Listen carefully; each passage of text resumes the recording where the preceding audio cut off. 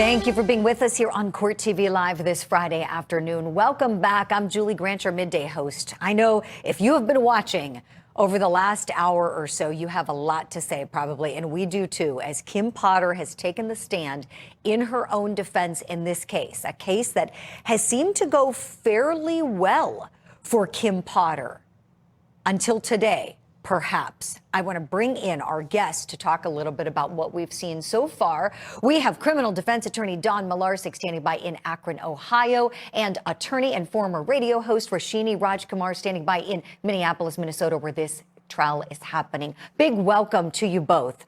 I want to just start with general reactions, general impressions, and then we're going to pick apart the direct, the cross, the body language, all of it. Don, let me begin with you, please.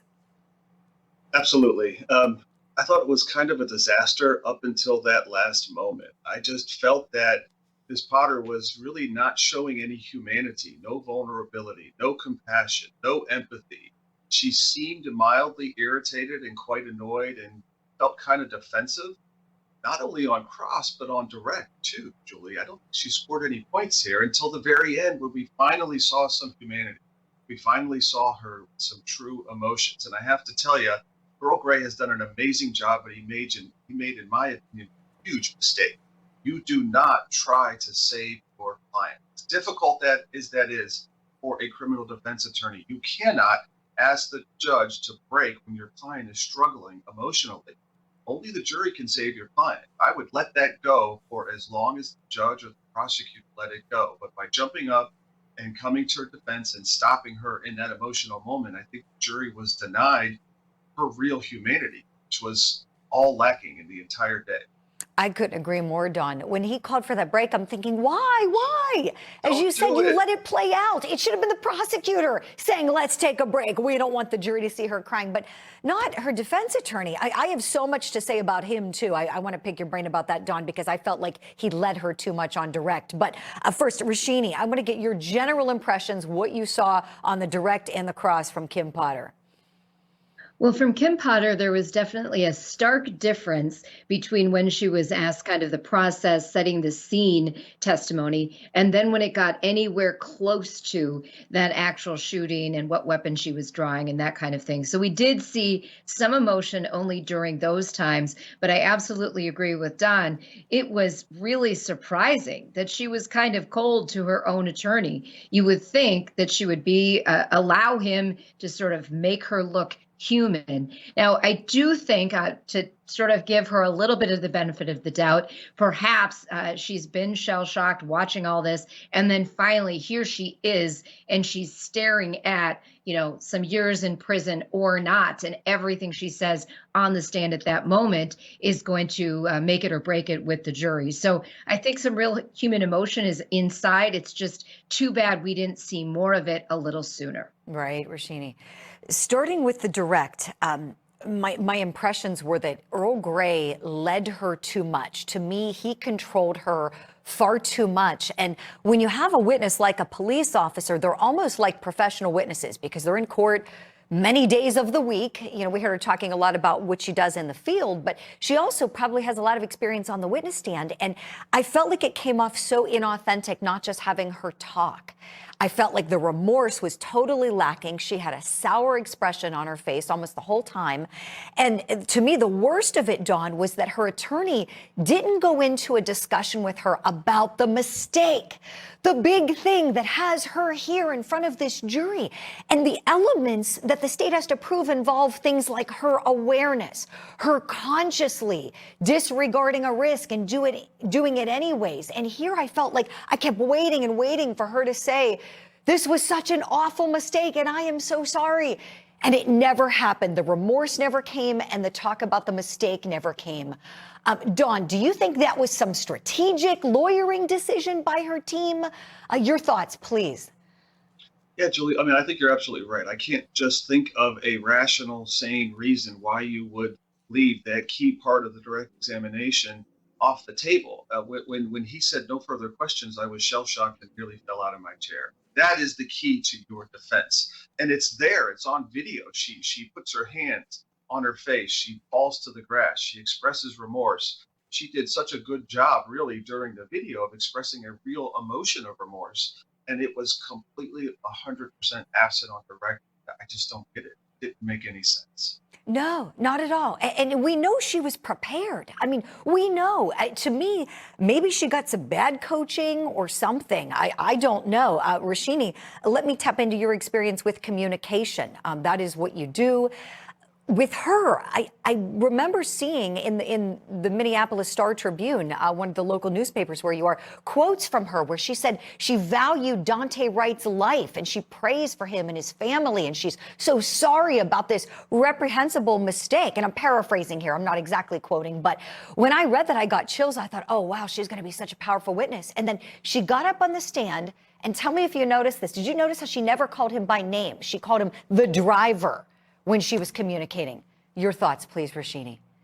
Exactly. I mean, there were so many ways the subtextual messages just went wrong here for Kim Potter today. I'm very surprised with the savvy of Earl Grey and Paul Eng that maybe they did coach her and she just didn't deliver. I'm a little surprised that Paul Eng didn't do the direct. You're absolutely correct, both of you, that Earl Grey led her a little too much. It was almost like he was this father kind of putting his arm around her and like, he say this, don't say that kind of a thing. But really that mistake piece, I just think that was such a lost opportunity for messaging. And I don't know if I missed some motions on use of video today, but I would have brought out that video. I would have stressed that she said she wanted to kill herself. I mean, those are the real visceral things that we've seen a couple times today on the stand, but that video and her actual words on the scene would have helped the jury feel for her today. Absolutely. I think the jury wants to know, is she sorry? I know if I were on that jury, that would probably be the simplest thing I would want an answer to. Is she sorry about this?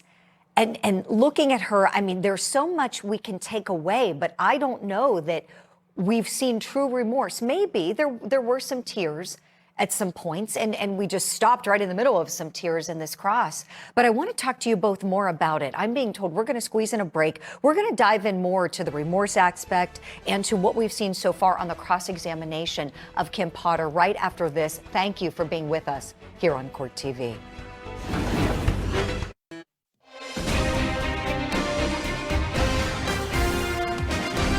Thank you for being with us here on Court TV Live this Friday afternoon. I'm Julie Grant, your midday host. Court's on a quick break in Minneapolis, Minnesota, in the trial of Kim Potter. She is accused of 2 counts of manslaughter for the shooting death of Dante Wright.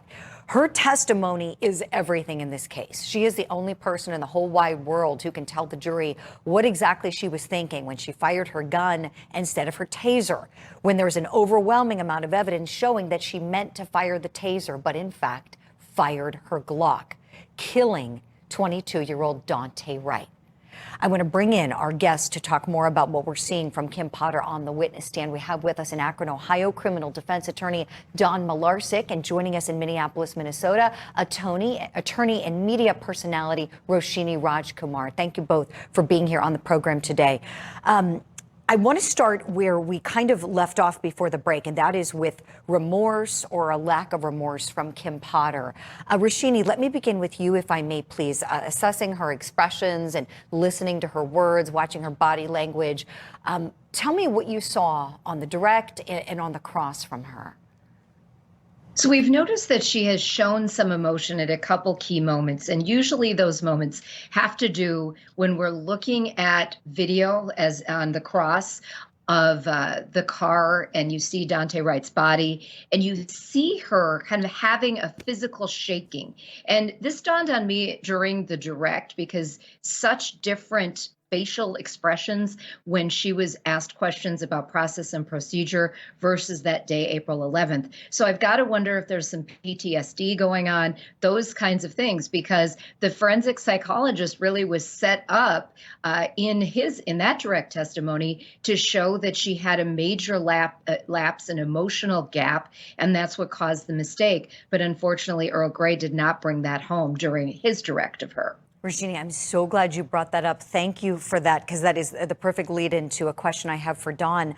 Dawn, I had and we love all of you viewers who are watching from home, sending in comments, via Twitter or other social platforms for Court TV, and had one from someone who said, I'm not really seeing Kim Potter as coming off as sour, because I believe I use the word sour in her expression because that's how she looks to me.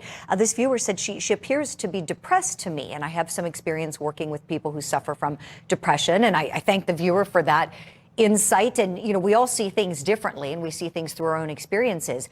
Dawn, my question to you is, if she is depressed, we knew Earl Grey brought out the fact that she's been in therapy since this incident, but he didn't ask her what she's suffering from. Tell me, if it is depression, is he really dropping the ball here, not letting the jury know that? Because they may be mistaking that expression the way I am watching Kim Potter and not thinking like someone who very well might be a mental health professional who tweeted at me.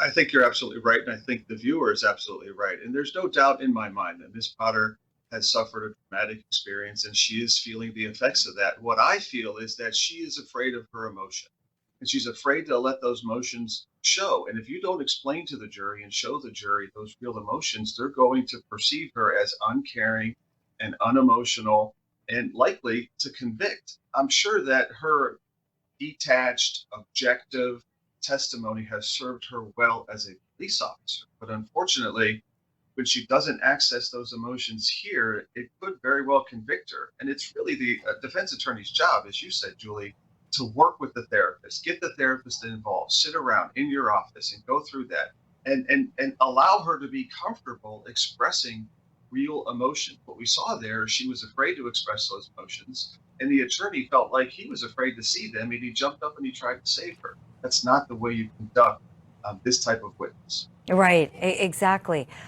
Tell me, Roshini, as far as the storytelling, it seems like there was the build-up to what everybody wanted to hear about, which was the April 11th incident. And then, and I'm quoting her directly, she said, "I remember yelling, 'Taser, taser, taser,' and nothing happened. And then he told me I shot him." And then there wasn't much, if anything else, that she said after that point. Sitting back, watching it with a discerning eye as you are, were you hoping she was going to say more about the story?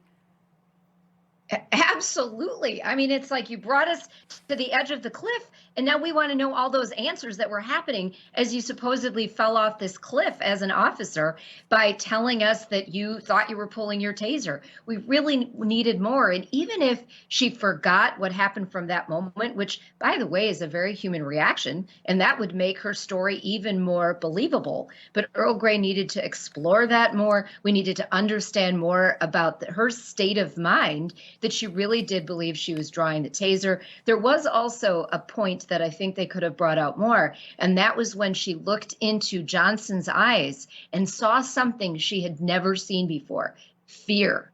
That is something that completely could have been brought out more to show why she was just sort of not herself. She mistakenly drew the taser or the gun instead of the taser, and she was protecting her colleague. So all of those things could have been explored, and it was like that movie where you're expecting a certain climax, and we just did not get that today. Exactly. Exactly. I was left so disappointed and wanting so much more on that direct. And really, it's on the lawyers. You both know that. You're both attorneys. You understand. And Dawn, you in particular, having spent a career as a trial attorney, I mean, you know how critical it is to tell your story. And when you have a client up on the stand and then don't do that, and probably members of the jury are thinking like we are, like, well, what else? What else? What are we missing? It could be a huge problem. We've got to say goodbye to Roshini Rajkumar. Roshini, thank you so much for being on the program today. Appreciate you joining us. Dawn Malarsik's going to stay with us. We want you to do the same. We'll be right back.